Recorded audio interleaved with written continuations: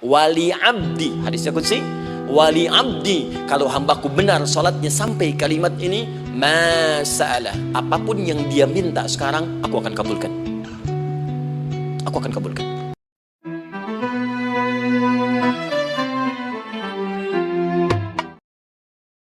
Usaha. Perhatikan kaidahnya. Allah tidak mungkin menguji seorang hamba di luar batas kemampuannya. Jadi kalau kita sedang punya ujian di rumah kah, pekerjaan kah, kehidupan sosial kah, sebesar apapun ujian itu, kata Allah, memang karena Anda yang sanggup. Kalau nggak sanggup nggak akan diuji. Di ujian itu berbanding lurus dengan kemampuan. Mustahil seorang hamba diuji di luar batas kemampuannya. Jadi kalau Anda sekarang pun sedang punya masalah sebesar apapun, kata Allah, memang cuma kamu yang sanggup, yang lain tidak. Maka jangan mengeluh. Jangan Anda katakan, ya Allah, why me? Kenapa saya? Kata Allah, why not? Memang kamu yang mampu, yang lain tidak. Nah, ketika Anda bisa menerima itu dengan sabar, baru datang kalimat kedua, wassalah. Kemudian datang tunaikan sholat dan mintakan solusi kepadaku lewat sholat. Ya, sedikit ya, lihat sini. Saya berikan sedikit uraian Al-Quran. Saya boleh menulis sini? Boleh ya? Ibu, maaf, agak jauh. Ibu kelihatan ini? Oh, belum saya tulis, bagaimana bisa kelihatan? Luar biasa. Cuma di Pertamina belum ditulis udah kelihatan. Maaf, lihat sini. Wasta'inu. Baik, ya. Saya ingin sedikit sekali. Ini redaksi Quran itu indah sekali diksinya. Wasta'inu. Lihat sini. Kata Allah, jika Anda punya persoalan dalam hidup, maka mintakan solusi. Terima dulu masalahnya dengan sabar, karena kita dipercaya oleh Allah. Gini cara memahaminya, Allah aja percaya dengan kita, masa kita nggak percaya diri? Allah yakin dengan kita, kita mampu, masa kita nggak yakin? Terima dengan sabar, kemudian wassalah, mintakan solusinya lewat salat. Kata perintahnya dibuka dengan kalimat wasta'inu. Kalau kita ingin rubah kata perintah ini, fi'il amr, ingin dirubah ke dalam bentuk permohonan, minta, maka rubah kalimatnya menjadi nasta'in. Lihat, nasta'in.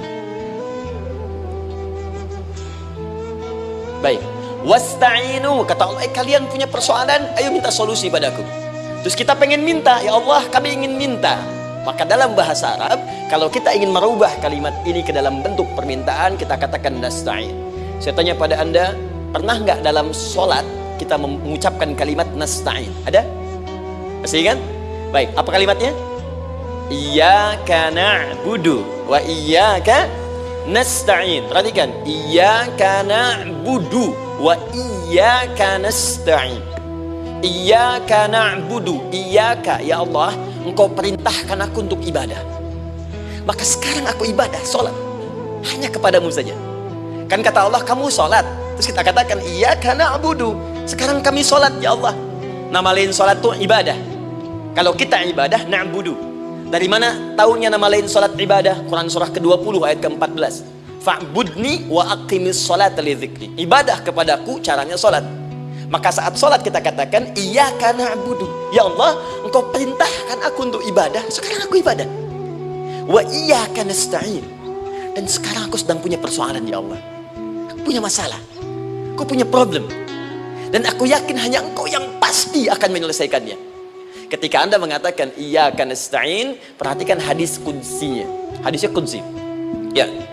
Al-Imam Al-Bukhari meriwayatkan, Imam Muslim meriwayatkan, An-Nasai meriwayatkan dari sahabat Abu Hurairah radhiyallahu ta'ala anhu. Ada lagi yang dari sahabatnya Anas bin Malik. Perhatikan kalimatnya. Idza qala al-'abdu iyyaka na'budu wa iyyaka nasta'in, jika hambaku dalam salatnya benar membacanya, benar dari awal salatnya sampai dengan kalimat iyyaka na'budu wa iyyaka nasta'in, ya Allah, sekarang aku ibadah kepadamu dan sekarang aku punya persoalan. Aku mohonkan solusinya darimu. Kata Allah, hadza baini wa baina 'abdi. Ini perjanjian antara aku dengan hambaku. Wali 'abdi, hadisnya qudsi.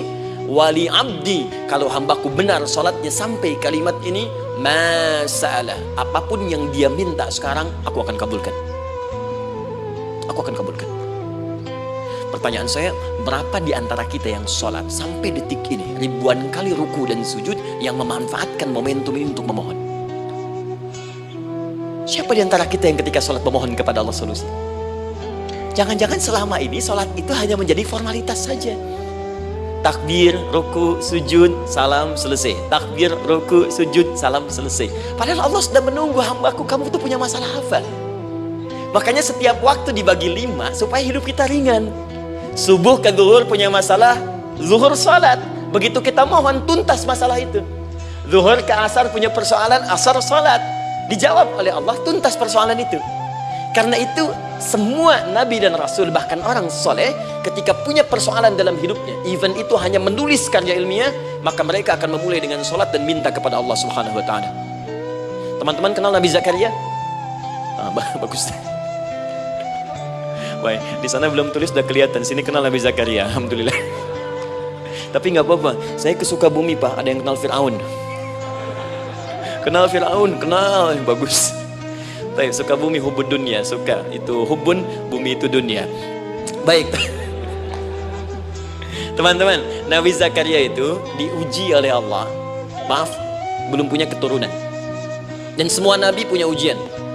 Jadi jangankan kita, nabi aja yang jelas surganya punya ujian.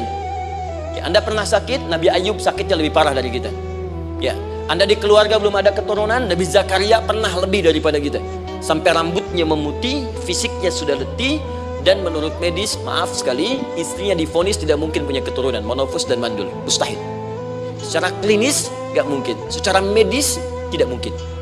Maka Allah tunjukkan satu isyarat yang sangat luar biasa. Jika Anda mendapati situasi makhluk mengatakan ini mustahil dan sudah angkat tangan, ini tanda pertama dari Allah, langsung tinggalkan pendapat manusia, langsung memohon kepada Allah. Maka turunlah beritanya di Quran surah ketiga Ali Imran ayat 38 sampai 39. Paling kanan sebelah atas di mushaf. Sekarang perhatikan kalimatnya, saya mau sambungkan dengan Al-Fatihah tadi. Hunalika da'a Zakaria rabbah. Di mihrabnya Nabi Zakaria salat bermohon kepada Allah. Qala rabbi habli min ladunka dzurriyyatan thayyibah. Kemudian ia berdoa, Rabbi habli, ya Allah yang maha memberi tanpa batas. Ini adab pertama, kalau teman-teman mau berdoa, sebut nama Allah sesuai dengan hajat kebutuhan kita. Itu yang disebut dengan Al-Asma'ul Husna. Di Asma'ul Husna itu bukan nama-nama indah yang sekedar dihafal, bukan. Tapi nama yang diberikan oleh Allah sesuai dengan kebutuhan hidup kita. Dalilnya Quran surah ke-17 ayat 110. Ya, paling kanan sebelah atas di mushaf, ke pertengahan. Ya, kata Allah, Qulid Allah. Jika Anda punya persoalan, sebut nama Allah. Allah Awir Rahman atau Ar-Rahman. Ayyamma tad'u, tapi kalau Anda ingin spesifik meminta, falahul asmaul husna. Pilih nama Allah, ia punya nama-nama yang indah sesuai kebutuhan kita. Jadi kalau teman-teman misalnya minta kelancaran rezeki, sebut ya Allah ya Razzaq. Anak mau ujian, ya Allah ya Al-Alim. Di proyek misalnya ada hambatan, ada gangguan, ya Allah ya Al-Jabbar ya Al-Malik. Ingin mudah mengatasi ujian, ya Allah ya Sabar. Minta. Ya, jangan semuanya disebutkan, nanti jadi beban. Ya Allahumma ya Rahman ya Malik ya Kudus ya Sabar, gitu kan? Yang tadinya nggak punya masalah jadi punya masalah, gitu kan? Pilih salah satu. Nah, jika Anda ingin memohon pada satu hal yang mustahil menurut manusia, maka minta dengan menyebut nama Allah yang memberi tanpa batas mustahil di dalamnya.